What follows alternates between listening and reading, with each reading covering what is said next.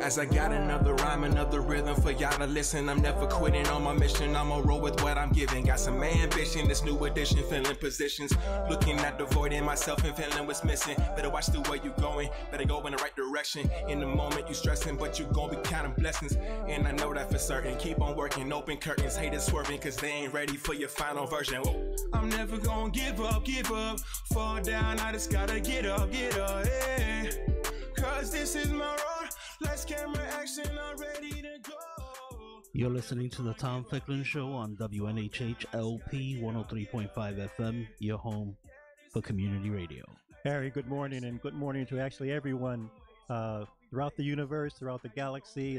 I was just chatting with Don McAulay Jr., who's here to kind of help me out and help me kind of spend these next 48 minutes really talking about things that I think will be of interest to you, interest to your family, interest to young people, old people, the whole world. We're going to talk about sports. We're going to talk about black male achievement. We're going to talk about personal development. Talk about the industry. The Super Bowl is coming up next this coming Sunday. We're going to talk about economics in terms of the sports industry. Now, yes, you might say, how are we going to talk about all that in 48 minutes? So, in full disclosure, we may not talk about all of it, but it's kind of teasing you because Don McAulay Jr. is here to kind of give us a little insight in terms of what his journey has been like from an academic standpoint, from a practitioner standpoint. And he's been embedded in the sports industry, the sports world, social development, social emotional development, black male development, coaching, also sports and nutrition. So it's a gentleman, kind of a Renaissance person here in front of me. I'm looking forward to kind of chatting with him. He's going to come back. So don't feel that if we don't capture everything today, don't worry, we'll come back. This is going to be not just a one-off, but this might be a series of things where he's going to bring in some young people and talk about maybe youth development, youth think tanks, academics. Just where are we in the society in 2018 in terms of our really the future of the world in terms of future generations. Donald, good morning. Good morning. So Mr. McAulay Jr. has graduated from where again? Graduated from James Hell's High School. I have a bachelor's from the College of William & Mary and a master's from Troy University, and currently pursuing my PhD at the University of Connecticut. So you hear that, everybody? This guy's he's on the run. He's a father. He's kind of embedded in things. I've kind of asked him before we went on the air about where is he 5 years from now, 10 years from now, and he's talked about how New Haven is a home for him and something that he wants to kind of plant his stake in the ground here in New Haven, but also just manifest things throughout the universe. I want to start off with Donald. You were down in the great old the Lone Star State down in Texas and Longhorns. The Longhorns, kind of University of Texas Austin, and you mentioned this was the second time you're down there.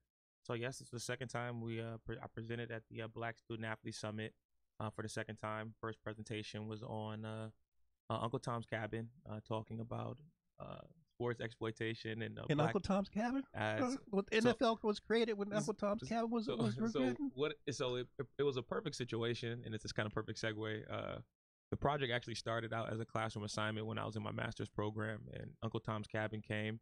And as we're reading through Uncle Tom's Cabin, we see this kind of dichotomy in terms of black figures and being assertive slaves, whether being a kind of more submissive slave. And so we kind of got to the book we talked about, is $40 Million Slave, and looking at these two personalities of what does it mean to be an assertive athlete and what does it mean to be kind of a passive athlete, whether there's tokenism, whether in the era of Kyle Kaepernick. So that was the biggest theme at the conference.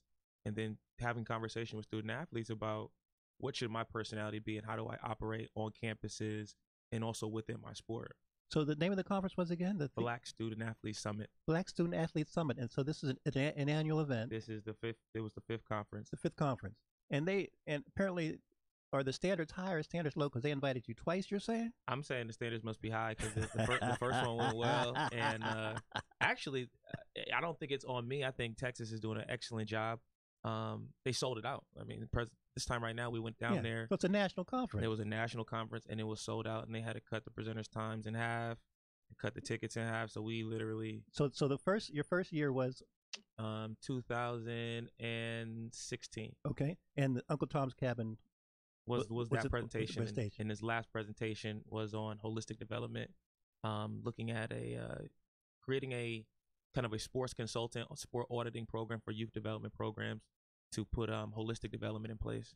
Let's unpack that a little bit, because you said a mouthful there, and just in terms of people to see the the context and the need to kind of create institutions and create academic environments and really to create some kind of curriculum and sustainability that after you've left the planet, I hear you saying you still want something will be in place that people can replicate and really the true nature of education and teaching. So when more so holistic development, it resonates when you say staying here and kind of planting myself in terms of my academic work. Holistic development is very much Comer. It's very much Comer. Dr. Comer. It's early childhood development, looking at the whole student, but putting in context in sport and looking at the whole athlete and talking about how these personalities and how they socialize within their sport, but allowing the sport to see them as full individuals that have other lives and other hats that they will wear as brothers and sisters, fathers, mothers, and the things that they will progress into. And outside of just saying, I'm just looking at the X's and O's and performance. And obviously being in Haven Comer has a huge stake in the New Haven School public schools. And I previously just left out Comer School. And so I'm seeing the impact of what the work does and establish the relationships. But also there's a lot of student athletes out here that want to have a meaningful relationship with individuals that kind of can see them, see the full picture of them and not just see them through their sport. And so again, I'm going to drill down on the academic part because your presentation was maybe 10, 15 minutes. Yes. And then you took questions. So people ask me what the show's all about. Really, I try to give people an illustration. Everybody can't go to University of Texas. Some people have never maybe even been to Austin in Texas. Some people may not have even been on a college campus. So the beauty of having you in front of me, a doctoral student, just kind of so share a little bit about the lecture. And again, my audience is so broad that I think they're interested in your talking points, your main things, what you said that was separate or apart or kind of reinforce what Dr. Comer's been about or whatever new. You might have even launched or teased people with the McAulay Jr. paradigm. You never know. So holistic development was created by my advisor. It talks about excellence beyond sport. There's 6 key tenets: academic achievement, active mentorship, social action, time management, self-identity awareness, and community responsibility or social empowerment. So if I unpack those, we're looking at active mentorship, young student athletes, whether in high school or middle school, looking at the youth programs and becoming mentors to their younger brothers and younger sisters that are coming up through the sport, or sometimes just being a leader on their teams. Active mentorship, we've talked about that one, but social engagement. There's community service initiatives. A lot of times people see sports and see sport athletes coming in town for Walter Camp things or traveling to the McDonald's hospital.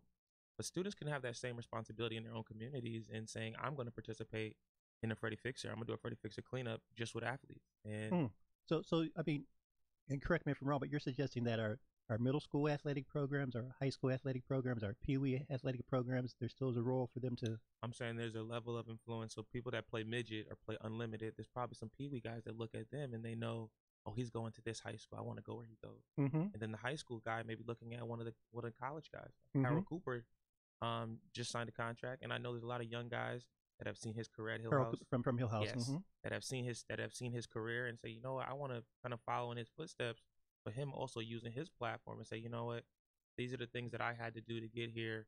You can do some of the same things. And he is having a conversation about looking at the full individual. So the conference, and I guess want to linger on it a little more. Why is having a conference like that 5 years old? Why is that important in this day and age? I should have brought the brochure. So the conference. Well, from your standpoint and recollection. So the conference, we talked about a lot of things. We talk about gender equality, women empowerment through sport, entrepreneurship, how to get to the front office, having conversations with parents that don't really know about what the recruiting process is. And so a lot of it doesn't even speak anything about the X's and O's in performance. It's about all the other things that the student is coming in contact with. How do we find initiatives and resources for what individuals will consider somewhat white spaces on college campuses? And being able to kind of go back to that first Uncle Tom's Cabin, how do you take advantage of the resources, and how do you kind of are assertive with things that you're doing? Because we make up a large percentage of college participation in the athletic arena. In the athletic arena, but we don't make up a large percentage in terms of students on campus. And so that becomes a thing. Well, how do you navigate this space that only kind of focuses on your performance? And you know, we talked about before we came on this show the Bill Rhoden book and the what's the title of it? $40 Million Slave. So that book still resonates with you? Absolutely. Because I think that book resonates because it still fits some of the ideas of some of the young athletes, and then trying to monetize their sport or trying to have meaningful relationships with sport right now, and these meaningful relationships are not being facilitated. So a lot of them they look now, and I'm going back to Brendan Rodgers. When I was there as a dean, I've asked most of the students what they wanted to be when they grew up, and all of them would tell me they wanted to be professional athletes. And this was the element. It's from K to 8 in the West Rock section. Yep. And you were one of the deans there. So 7th and 8th graders, they said I want to be a professional athlete, and I had one specific conversation. I told an individual, he said he wanted to go to Georgetown. I said Georgetown's a great law school. I said you can go to law school and play basketball. He's like, no, I can only do one. He believed that was the track, and I was trying to get him to understand, like, as someone that has been there, has watched people that are pre-med that play sports, you can do both, and so you don't have to be caught up in this kind of this monolithic life where you're only one person. You're never one person. And again, we're going to kind of go back and forth on a few matters, but when we were talking before we came on air about identity development and the performance on the court or on the baseball field or the basketball court or on the tennis court, and then how that might just be an isolated part of your whole social maturity as a person. I think we talked about socialization, and so we can look at conversations about concentrated poverty or the sports drug entertainment kind of philosophy that a lot of people kind of adopt because it exists in music culture. So most of the kids are socialized to just believe that this is the only place that they actually see themselves. And I think that becomes the things that we are addressing and have the impact to address is when I never really start my conversation with my athletic career now. I start from academics, where I'm at, what I'm doing in terms of what I'm doing in the community, where my contributions are, what are my social involvements, and that's a move away because the students will see me not as, well, Mr. McAulay used to play football, or he used to play basketball, or he used to be a coach, or he used to be a recruiter. It's like the separation for me is that time comes and passes, but how I network with that space is the things that I want them to understand and understand there's so much social and cultural capital that you offer within these spaces that have nothing to do with performance. Okay, so break that down for a sixth grader. So your social capital would just be your social space. So you may play a sport and it puts you in contact with individuals that may be low income, upper middle class, that may have access to vacation homes that you want to travel. And so being able to understand that the sport was the thing that facilitated that you don't have to look at sport and try to monetize it and say, I'm going to play the sport so that I can make money so that I can buy friends or buy trips or sometimes buy a lifestyle. I want to be a celebrity, and being a celebrity means that I have access to a lot of these things that you could have networked and facilitated some of those same things that didn't require your blood, sweat, and tears. Maybe some of your emotions. Again, you're listening to the Tom Ficklin Show, and Donald McAulay Jr. is here. And again, we're really talking about the broad spectrum of what does it mean to be a human being, and the game. Actually, that we're talking about the game of life and the various games of life, and how you decide to enter and are attracted to some of them, and where your skill sets are and your competencies. And sometimes some games are not forever. You have to kind of move from one stage to the next. So it's fascinating. Sports nutrition. You've been involved with sports nutrition a little bit. Yes. So I have a background in kinesiology. Break it down now. Kinesiology. Let's talk that talk. So to kinesiology, biomechanics, health science, sports management, physiology, sports physiology, anatomy. So my biggest interest was biomechanics, which helps me evaluate athletes and watching them move and watching them run. But kinesiology, from even though it's not sports nutrition, we still have to know about what I would consider it. Physiological muscle breakdown, and so I spend a lot of time just focusing on the bigger, stronger, faster mentality. Yes. How much protein you eat, carbohydrates, when do you train, what is your mesos and macro cycles, and I moved so far away from that I realized that became simple, and simple not because there are a lot of individuals that dive deeply into the science and do the biometrics and are in these laboratories, but it didn't help the individual as a person. it only helped them to kind of figure out how to work on performing. I get a lot of questions now about what should I be eating, right? Just in terms of people just asking about just general health. Sure, the game of life. And I think that thing still resonates every day, always. And there's less time I'm dealing with athletes to talk about, well, what should I be eating? Okay, so what should I eat, man? What do you what do you like to do? What do I like? Okay, you can interview me. Okay. I want to stay alive. I want to stay alive. I want to stay alive and thrive at my young age of being 70 in July. So we're in a real difficult time, and so I say difficult time is that a study just came about chicken coming out now, and then there being some kind of cancerous material that may be inside, and so many articles pop up on Facebook and on social media sites that it's hard to keep up with what's accurate. So you have things that a buzz may come out, and it may be a false story, maybe a very localized story. Right. Same thing with the romaine lettuce. So it's so what I tell most individuals is that fresh foods are the most important, but also talk about getting your fresh foods from places that are not food deserts or food swamps. Okay, so the organic and the organic, but understanding that where does your produce come from? Okay. And sometimes people are not able to track. You said food swamps. Food swamps. So food swamps would be it's oversaturated with foods that are not good, or food deserts where you're in areas where you're not able to get to the grocery store. They're not in your close vicinity. Okay. And so, but when you do have a place in your close vicinity, you may not know where the produce is actually coming from as you're going into your local corner store and saying, how do I purchase my milk? What is the date? What are the dates really on my milk? Like these apples, these bananas, how long have they been on the shelves? Where are they growing from? Good point. And asking those questions where that person may not have a car to get where they need to get to kind of participate. But if I'm going to my local grocery store, I don't necessarily know if I want these green peppers and how long they've been here. So the bananas at a gasoline spot might not be as good as bananas at Stop and Shop. You might have to pick through all of those and find that perfect one. But I don't think you should buy any bushels of those bananas. Yeah, and you listen to the Tom Ficklin Show, and Don McAulay Jr. is here with us. Donald, talk to me about you're working on your doctorate, and I want to take a deep breath there because I've had a chance to talk to some folks that have secured their PhD, and it's a journey, and everybody that I've talked to, it's a journey, it's an investment, it's a psychological toll, and it's a commitment to the nth degree. So your thesis or your advisor, kind of chat a little bit about that. So Dr. Cooper is Dr. Joseph Cooper is my advisor. We met through me being I was in Alabama at the time working on my master's, and I presented at a conference. Dr. Mark Williams was actually there. So we spoke after that, and he said, you got to get your PhD. He said, I like what you're talking about. Your mind is where your mind is going right now. You should get a doctorate. And I still hadn't kind of digested that. But he said, I want you to look at Florida. I want you to look at University of Georgia. And then he brought up UConn. And I remember thinking to myself, I come home. This would be a perfect fit. And so I came up, took the interviews, met Dr. Cooper, read his work, and he's been extremely supportive in a lot of the work. And also his work also resonates with a lot of things I do.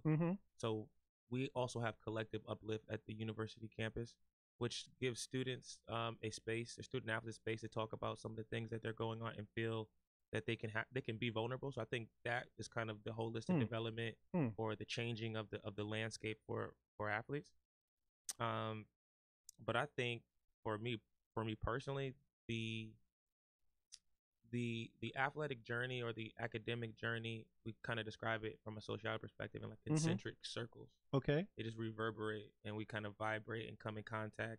Same thing, we're in contact. You come in contact, and so when you get so deeply into work, you try to figure out what is it centered on, and so a lot of it is about replicating the work that's out there. Okay, so what will the title of your doctorate of your doctorate proposal be? What would, I think I'm one of those. Since I'm in my first year, I think me dialing things down and focusing on one aspect, because I can get on a conversation about hypermasculinity, toxic masculinity, student athlete models, women achievement. So really figuring out what do these things come in contact with. So when I say holistic development, it touches on a lot of those points in terms of helping sports practitioners understand the full metrics of how impactful it is about all these areas about career development it changes the kind of the narrative. Mm-hmm. So I've been hearing this term toxic masculinity, etc. And there's been some local podcasts on that topic. So, but break that down to me. It still sounds it's and I know about machismo, etc. and the alpha male, but from your standpoint, we were talking before we went on air that there's a sobering reality from your standpoint as you observe what's going on in the world. I think toxic masculinity from my lens and from a sports lens or social lens is that it's something that exists somewhere and sometimes concentrated poverty, but it also exercises itself in a lot of spaces. And I think a lot of it's predicated on defining what masculinity is and how this dominant idea also is a thing that produces systems that produce gender inequalities, because there's always this hierarchy of what masculinity has to look like and how that this attitude that exists in the community is about toughness and it's about a lack of vulnerability. And some of the young men that are growing up to be young men don't really understand how detrimental it is, but also why do you have these attitudes about yourself that I personally say they're the things that are constantly policed by the community, and they're policed through sport. And it is sometimes a conversation about the over policing of Black bodies which also have this thing that they adopt this masculinity and this toughness that is in their community, which goes into this the not feeling comfortable, not talking, not standing up for a lot of the things that are important. And I would consider some of those things to be more cowardly than they are actually a definition of toughness and masculinity. So, and again, I don't want to put words in your mouth, but I think I hear you saying a little bit that it's somewhat of a disguise. It absolutely is a disguise. And so no one is any, to kind of said it, no one is ever any one thing. And to be male, to be female does not have to follow any role that you try to define for yourself. But society will try to define what your role is and what you should be participating in, what jobs you should be able to vie for, and how you should behave sometimes in those roles of talking about female administrators even at the college level, when they feel sometimes the pressure to be with the good old boys crew. And that becomes the thing of the kind of the inverse of what is masculinity doing in defining the development of women's sports, and also how it can be empowerment when we're having a conversation about sport for development, and women may have opportunities or aspirations of taking advantage of their networks or career aspirations within sport, which aren't normally included to them. Because I can just look at participation rates for women's sports, and I would say personally they're at an all-time low, and it starts in the high school sometimes. Let's continue on the toxic masculinity. What is detail or delineate, if you would, for me, some of the negative behavioral manifestations of people adopting that kind of archetype? Some of the things that are produced out of toxic masculinity is a over perpetuation of violence, but an over perpetuation of sexuality or sexual deviancy. So I describe it as men identifying themselves by a number of partners, and that may be something that it's kind of ingrained in terms of what a man. So it's a positive from their standpoint. It's they yes, like a machismo. An Eagle Scout merit badge. Yeah. Cut it out. It's a thing. And so, but the thing is, when kids, even I can say as young as some of the middle schoolers, and they go on social media and they're so exposed to so much that there's less conversation about respect. It's more a conversation about status. And a lot of these, like we described, these badges become the status that you're aspiring to, and you don't really understand what manhood or what womanhood actually means in a very concentrated way of someone having a real open conversation about what does it mean to be a dad, what does it mean to be a woman, what does it mean to be a boyfriend, girlfriend. And these are things that student athletes, individuals, humans are just coming in contact with without having meaningful conversation about how do we move the needle forward in terms of our self-respect and self-identity. Can you, boy, you're laying a lot on me here, Donald. Harry, help me out, man. Say something, please. I need relief. Call Paul Bass. Call somebody. Call Babs back. You know, the sociology language definitely has me deep. deep into the Oh work man, and really zoning in. Keep on zoning. Share with us some of the books here. You brought two books So with you. this actually I brought that out because I haven't read that yet. So Okay, all right. The book that we're actually working on All right right. now is The Dialect of the Enlightenment of Sport. The title again? The Dialect of Enlightenment as Sport. It's a Tom Donovan book, but it talks about the barbaric urges within sport, religion, and capitalism. The barbaric urges in sports, religion, and capitalism? Yes. So I think it's a lot of the work in sociology is about intersectionality, and capitalism is one of the things that comes up in sport exploitation, but it really addresses more so for localized communities like New Haven, privatization, AAU performance. And so we look at a neoliberal society where private practice and like federal government's involvement in producing the sports becomes a thing. It's about the citizens and them kind of coming together to facilitate this youth sport. So we look at people that have the means to have private teams, AAU teams. What we see is some of the picking out, of pulling them out of certain areas and playing on certain teams because that child may not have access to it in their community. So as you're pulling them out, we kind of see the intersectionality of with religion. And so religion, if that is our moral grounding, then sport is not that. And so they kind of see everything as very separate, but the intersectionality between what capitalism is doing in terms of feeding you this dream of keep playing the sport, travel to this place, go to this private school, I can get you to the pros, but you neglect a lot of the essential qualities that development or religion would facilitate. And then sport is this thing of just, well, this is kind of the thing, my identity. This has its own kind of own culture that's happening. That so in Don McAulay Jr.'s world, how would you revise or reinvent or repurpose such a system? Repurpose sport? Well, sports, capitalism, and religion. I think if I had the power to reshape it, I mean, sport would be for development. And in fact, I went to church this weekend, and we had a conversation about the participation in church or religion or spiritual practices is somewhat at an all-time low. And no one, I mean, we can kind of make assumptions of why it is where it is.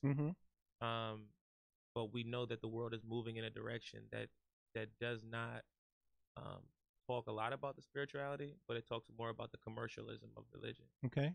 And if we start talking about commercialism of religion, we're close to capitalism, and so we see. So I mean, the mega churches and prosperity gospel kind of thing. We see people running away when they should be running in, and that's my personal thing. My thing is, I'm there on Sunday, and it gives me stability and the things that we're managing and things that we're dealing with in life, because sometimes digging deeper into my work does not become a release.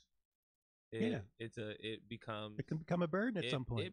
It's a space, like it's a kind of like a get out space. Like you fall into the sunken space where sometimes getting out of it. I can go to sports games and I'll see my work when I watch a game. And sometimes you want to be able to enjoy life without being overly consumed by the work. But again, the question on the table is, how would you revise, innovate, create, sustain, design a new world? I think I'm surveying it now to really get a full perspective of how do you change the perspective of the youth. Okay. And how do you change the perspective of the administrators that facilitate the sport?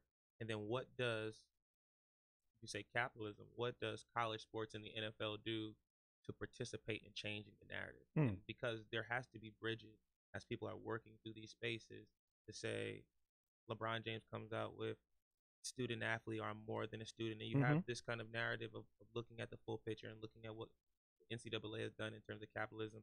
So when you're having that kind of narrative, then we're looking for the result and what does that change into. And that doesn't mean capitalism pay for play. That may say there may be something else. And I say the work right now has not caught up to what does that look like. But I focus now on the holistic development, the whole student, because it's not exploitation if you know what you're going into and what the narrative is. So if you go into college and you know you may be exploited, and someone made you aware of it in the beginning of what the things you could have did to combat these things and how you chose the school you wanted to go to, you're not being exploited. You just try to kind of take advantage of the circumstance as they need you to play too. Should college athletes be paid? I don't think college athletes should be paid because it's too difficult to monetize. Mm-hmm. So if I can't take the high generating team, and then you have a sport that doesn't generate funds. It's like if it's all on an equal scale, everyone's a student athlete. How do you contribute money to the water polo team? Mm-hmm. How do they participate in the pay for play? And because I don't think you're ever able to figure out how do you monetize what they're doing, or you can produce a profit bank where after graduation, then you kind of delineate things. And so, but I think it's so murky where there's so many athletes, maybe across divisions where there's maybe a Division I on this campus and Division II on that campus. How do you make it equitable that everyone else gets a fair pay? Good point. Again, you listen to the Tom Ficklin Show. Donald McAulay is here, Junior. I got to throw in the junior because that's important. I'm a junior as well, and although my father's passed away, I still like to kind of. It's important to kind of throw in that junior to kind of keep the ancestral lineage afloat. Donald, this has been a heavy conversation. The pedagogy of the oppressed. We kind of lifted up that book before we came on air. So that's actually one of the classroom assignments, but it's coming up in my work now. So the pedagogy of the oppressed focuses on how the oppressed or the oppressor's mindset are shared, and they operate in this binary where it's necessary for both of them to exist. So it's about changing the narrative and fighting for liberation, but those individuals have to be seeking liberation. And we see a lot of this in the, not say pipeline of prison practices. It's that when we have conversations about this toxic masculinity, it fits a system. If it's a structural and functional system that allows for these individuals to continue this behavior because it's their way of monetizing cheaper labor. And if that becomes the thing, when you talk about changing the narrative or changing what the landscape of sport is, then you have to change the landscape of who defines themselves as the oppressed, and what is the oppressor's real angle in terms of whether it be capitalism or in terms of just individual freedom and not being the oppressor. And so a lot of what comes out of that work is the oppressed become the oppressed, the hurt become the hurt, they hurt someone else, and that becomes a thing that plays out in communities. So you're saying it's a cycle of self-destruction on every level. If you keep it going, it's the concentric circles that reverberates, and if you learn behavior that you're taught, and if you are hurt, you may hurt someone else, but that's kind of how your socialization is with in terms of, and it's sometimes even perversive when you have conversations about saying someone loved me but they hurt me. So when I want to love again, I hurt other people, and that becomes your thing, and that becomes what do they say? You're learning from your who's captive. I think a lot of people talk about being captured and not being fully free. My professor sent me a message the other day, and we kind of had a long conversation, and a lot of it is that in changing things, it's about realizing that the world is built on thoughts that make the world turn. Say that again. The world is built on thoughts that make the world turn. So the actual total sum, conscious mental mechanism you're saying has a material impact. The total sum of all our thoughts and actions make the world turn and dictates how we think and how we operate and what we eat and what we're interested in. And so when you say changing it, it's about what is that proximal point that allows for change to actually happen. Who is that person to change the wave and change the narrative for a group of people? I mean, because obviously the pedagogy of the oppressed focuses at the beginning on just mankind, like human existence is trying to fight for liberation, while one is also saying that someone else needs to be dominated in the system that we sit into. So talk to me about that, again. That's the reason I mentioned Donald before we came on air that you'll be back. Chat with me a little bit about, not to mention some of your friends or your cohort or but the folks in your generation. If they were here, what's on their mind? What's on when you kind of maybe go to Terminal 110, or when you go to a football game, or wherever you might hang out, or Chaz Mose. I don't want to get into your business too much. My cohort. So you mean my high school cohort? So I think me and my high school cohort are doing well, and I feel like they're in positions that they want to be. A lot of them are correctional officers. They work in academics. They've pursued their masters. They're working in school systems across the state. And then I think about my cohort that I had in college, and a lot of them have still traveling the world, still trying to figure things out. But they obviously have graduated, started families, live anywhere from California to Florida to Maine. Our thought in turn, I can't speak for what everyone's thought is, but but I think that when we get together, we are still on the same page of excellence and progressing and taking advantage of the resources, and a lot of times code switching. And what does that mean? Code switching. Code switching for some would just be how do you operate spaces with your different hats? Okay. Without not saying not being detected, but the idea is that there are certain perceptions that are just we feel are not accepted in certain spaces. But I mean, the energy to participate in the code switching dance, if you will, or just the fact of having to do it? I think both. I think the energy to do it is there, and I think what from a lot of it comes out of for us that we're athletes is that I was never the same way I was a student was the same way I was an athlete. What does that mean? So an athlete, you talk about the barbaric urges of sport. Mm-hmm. It's like you participate in this kind of violent behavior and obviously playing to the whistle, but you're focusing on dominating. Okay. Yeah. As opposed to we didn't really focus on dominating. It was more so there's no real competition in the classroom. And I think that's something that I've learned as I've gotten older, that especially at the PhD level, I'm not competing with anyone else in my cohort. We're all producing work the way we want to produce work. We're all advancing our writing, and we're all taking in the information the way we want to put it back out and the way we want to express it in our writing. So it doesn't become this competitive space in some aspects, because it is about our ability to critically think for certain classes. And not say there's no right or wrong, but how we arrive at that point and how we kind of make that argument becomes the work of school. And I think that's one of the things that I realized as a teacher. But the code switching, so the okay. So the code switching is it's not, I'm not competing anymore. So I take my competition hat off, or I have to look at everyone else's angle, or I have to see where everyone else is coming from, and then present myself in a way that's either non-threatening, or so that comes back to Uncle Tom, but either I'm non-threatening or I don't have my hoodie on. So it's some of those things. But it comes up in your casual conversation because it comes up in our casual conversations because we may be having conversation about what our work environments are. Okay, so and how do we navigate those spaces? My work environment. And is that dissipating? Is it exhausting? Is it anxiety prone? It's an intellectual practice. So I think intellectual practice would be just it's thinking through the space that you're in. So it doesn't become exhausting. It's become something of a reflective moment. Okay. You're saying, all right, this is where the world is right now. Fascinating. So like a chess game. Yeah. If you enjoy chess. I do. And what about some of your cohort? And I appreciate the fact that many of your friends are focused and diligent and committed.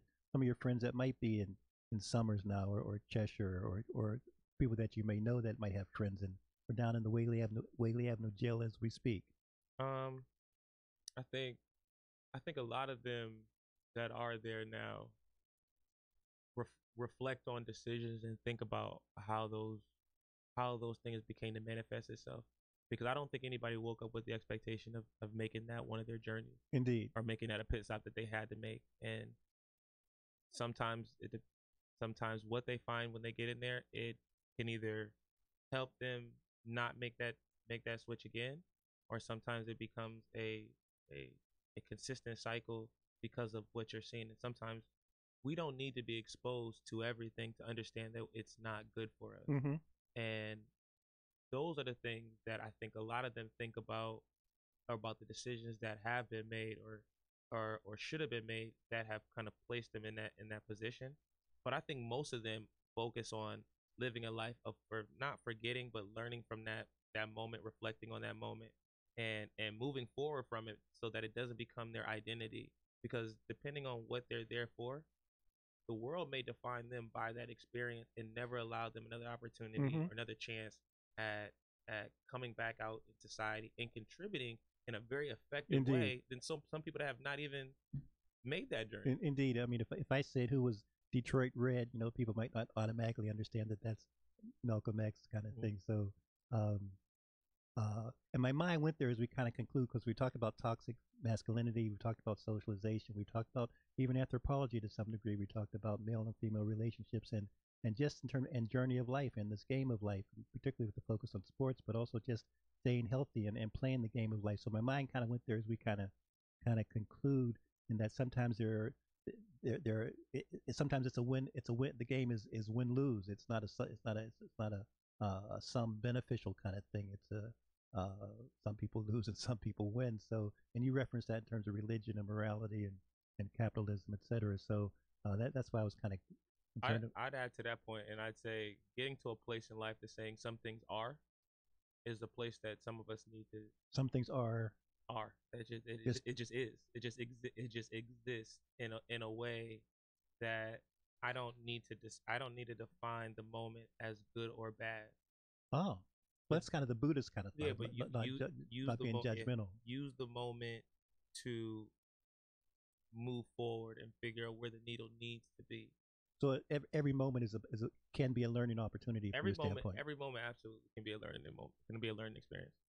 But I also hear you saying, but correct me if I'm wrong, that requires a particular type of discipline, focus, and maybe even faith. It requires it requires being extremely reflective and understanding what that means, and not having life play with you and shape you. So not reacting negatively to what might be is. But sometimes the time it takes you to react in that way throws you so far off that you now produce another problem that is not really predicated on the first thing that actually happened. Mm-hmm. So focusing on that moment and being able to be still, step away, or evaluate, how do I make the next positive move, or just focus on how do I just continue to make what I perceive are positive moves that affect me successfully, but also don't impede on anyone else. Okay. And so does that connect then with your reference earlier on to the Comer Project and social emotional development? I think from the Comer Project, I think absolutely. But I do think about the kids that I see that are in the schools that have social emotional issues, but I don't necessarily know if they're mature enough to comprehend it. And so I may see a child that is having a bad day. They're not able to articulate it, and they articulate it in a way that makes me think about what their cognitive development is. Because the way they may have responded, depending on what their age, they may be 13 or 14. They responded in a way that if they were 3 years old. And so understanding that sometimes emotional drama or emotional experience puts that individual in a bind where the brain's growth has not been fully manifested. So they kind of exhibit behaviors like, all right, that would make me think that would be a challenging space in terms of what learning is for them. So structurally, what's required in that setting? Because as we speak today, that scenario is being played out at Catherine Brennan. It's relationships. It's relationships. And so I think when we talk about my time there, I have many students of various backgrounds that have said, "Listen, you remind me of my dad, or you're like a dad to me." And I was only there for 2 years, and so I spent a great deal of time being transparent with them, what my expectations were for them, how I felt like they should be conducting themselves, and the end result was, you're looking out for me. And I think that was for me, that was the personal thing, as being someone that comes from New Haven, to be able to say, listen, I see a lot of you in me, and I also see a lot of my friends in you, I've been to school with you, and I've also went to school with your parents. So the relationship becomes more familiar and family oriented, as opposed to saying this is just a job that I have. So I think that was one of the biggest takeaways in that space. Don, I'm gonna give you the last word. This has been good. The time has flown, and again, the fact that you're around town, although you're up at stores, but you're here in New Haven and go to church on Sunday. I won't ask where you went, but was it a cousin? It was a cousin related church? No. Okay. I try to. Will you go to church on Sundays? Do you go there frequently enough that you want to share with the audience? I go to a Beulah Heights. Bishop Brooks. Bishop Brooks. Absolutely. Is Bishop Brooks changed his title? He's the bishop, grand poopah, the grand potentate. He just took I think he took a new position. He's traveling and he's doing his thing. I always kid Bishop. He's been recently elevated to really prominent position in his denomination. So shout out to Bishop Brooks, and that's the key. We're going to have you back on and give you the last word, and again, it could be a message to your advisor, could be a message to a young person, could be a message to a mother, it could actually be a message to somebody that might even be at Yale New Haven Hospital now, kind of coming out of the womb, or it could be someone that's just been impregnated as we speak. So the benefit of having kind of this media, hopefully if we don't blow up the world, is that these podcasts and Facebook Lives will be around for people to listen to 20, 30, 40 years from now. So I'll give you the last word. I would like to say thank you for having me, first and foremost.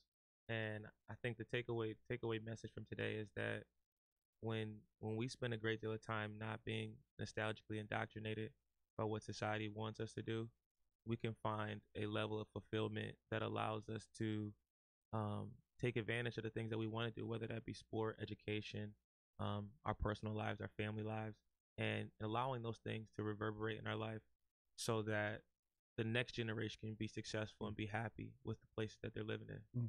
So I press that on a lot of people to think clearly and think strongly about the decisions that you want to make and why you make the decisions you do. Excellent. Thank you so much, man. Thank you. This is rich. This is rich.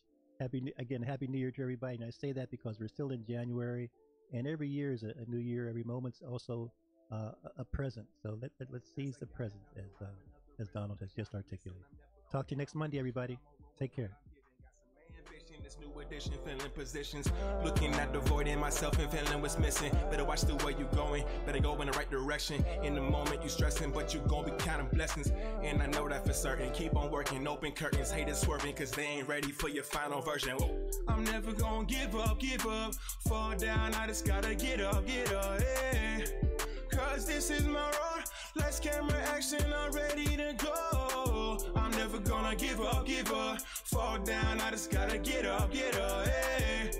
Yeah, this is my road, lights, camera, action, I'm ready to go. Way too long, we faced them storms, now you gon' face the dawn you waited for. I said from night to dawn, I right my wrongs alone. In competition with warnings, ice galore. Now I'm running toward it, my lights are finished being a quitter. But little by little, they joking, telling some riddles. Now I'm in my section, ain't willing to give up. Know you getting knocked down, but you gotta get up. I'm never gonna give up.